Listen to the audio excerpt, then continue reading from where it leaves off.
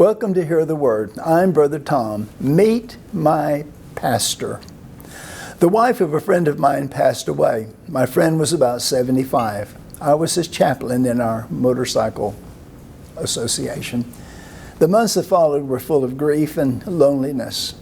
Then about 8 months after her passing, he called me and asked me if I would marry him and his fiancée. I was shocked. I had visited with him and he had told me of his immoral lifestyle, but he said nothing about getting engaged. It turns out he met this woman online and immediately they fell in love.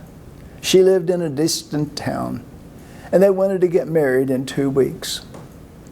He explained to her that he wanted me to perform their wedding ceremony and he wanted her to come and meet me at our church for our Tuesday lunch. He also told her that he wanted both of them to join our church and attend faithfully when they got married.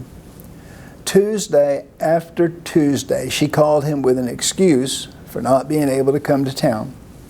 However, during this time, she continued having financial needs that he took care of. Finally, after a while, he realized she was not in love with him. She was in love with his money. They broke up. A couple of months later, he asked me if I would marry him and his new fiancée. Again, she agreed to come to our lunch, meet me, join the church when they got married.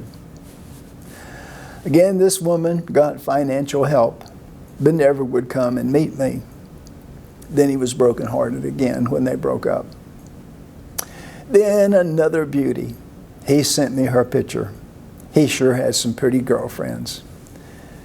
This happened 5 times, I believe, before he passed away. I don't mean to be cruel, but sometimes the obvious is right before us and we miss it.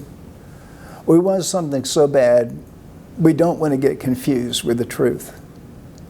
Proverbs 3:5 says, "Trust in the Lord with all thine heart, and lean not into thine own understanding.